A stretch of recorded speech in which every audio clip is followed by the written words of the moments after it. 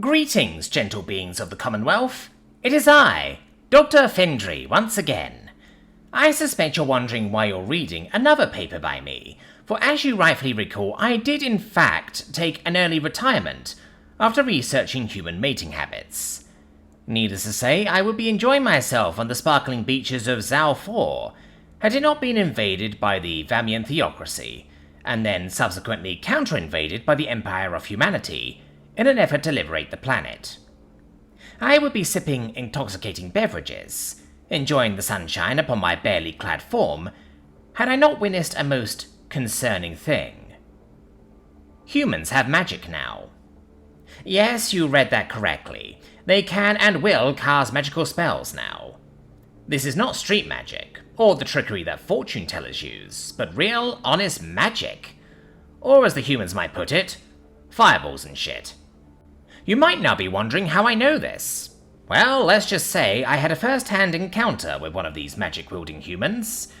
It was she who rescued me from being blessed by a theocracy soldier, which really just means shot in the head while a prayer is muttered over my corpse. Let me tell you this, I have never been so happy nor terrified to see a human before.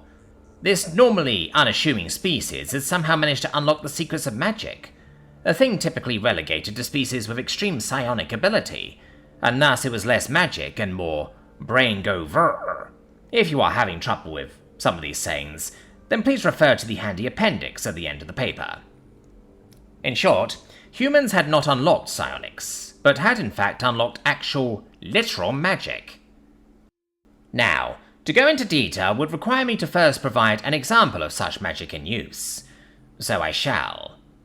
Hold on to your butts, ensure you have a nice stiff drink in one hand / tentacle / gripping appendage, and prepare yourself, for it's about to get a little weird. As I stated before, I was about to be shot in the head, when the soldier who would have executed me turned towards something that caught his attention. That is when the giant axe made of solar fire twirled prettily, end over end through the air, catching the smoke-shrouded rays of sunshine that managed to break on through, and then, immediately, embedded itself in his chest and roasted him from the inside out. I have never seen a Vermain exoskeleton melt before, but I shan't forget the sight. Next came the human themselves, who strode up to the soldier, wearing a decidedly flashy outfit, and gripped the haft of the axe as though it were but a simple piece of not-on-fire metal, and yanked it free. A single shot from a high-caliber pistol put an end to the Vermain's misery, and the human turned to face me. In the moment, the red and gold goggles and respirator filled me with a sense of dread, and I wondered if perhaps I would be next. Instead, they helped me to my feet and brushed the debris away, allowing me to gather myself. I was promptly escorted to a human-controlled zone, complete with accommodations for civilians that they rescued, and along the way I witnessed yet more of these strange humans running about, and picking all sorts of fights. I saw one leap from a second-story window, one hand stretched out towards the ground and the other towards a squad of Vermain clerics. From both hands erupted lightning, actual lightning, which not only cooked the clerics, but slowed the human's descent enough for him to land without injury. Another seemed to be puppeteering a squad of clerics and using them to fight other Vermain units. One seemed to create large bubbles of water in which they encased several troopers and left to drown. All around me was more and more magic on display, all of it being used in incredibly flashy ways and with lethal effect. Eventually, my escort and I, one Sergeant Miriam, made it back to the safe zone, and I was placed in the care of talented experts, and I watched as my saviour wandered off to cause more mayhem amongst the Vermain. Now, I'm sure you're wondering just how exactly humans discovered true magic, and more so, why I'd even bother writing a paper about it for such things are outside my field of study. Please be patient, for we're getting to it. While under the watchful eye of human doctors, therapists, and general staff, I made a few subtle inquiries, which turned out to be not as subtle as I thought, and I discovered just how this had all happened. As with a lot of their discoveries, it happened entirely by accident. The scientist in question was working on a completely different project, something about curing a sentient black hole's depression, when she ate a bit of cheese. Of course, now you're thinking, but Dr. Findry, The most esteemed xenoanthropologist in the known universe. Humans eat cheese all the time. Why would this cheese be any different? And the answer is simple. It wasn't ordinary cheese. Well, at first it was, but by the time the scientists picked up a piece and popped it into their cavernous orifice filled with sharp teeth, it was not.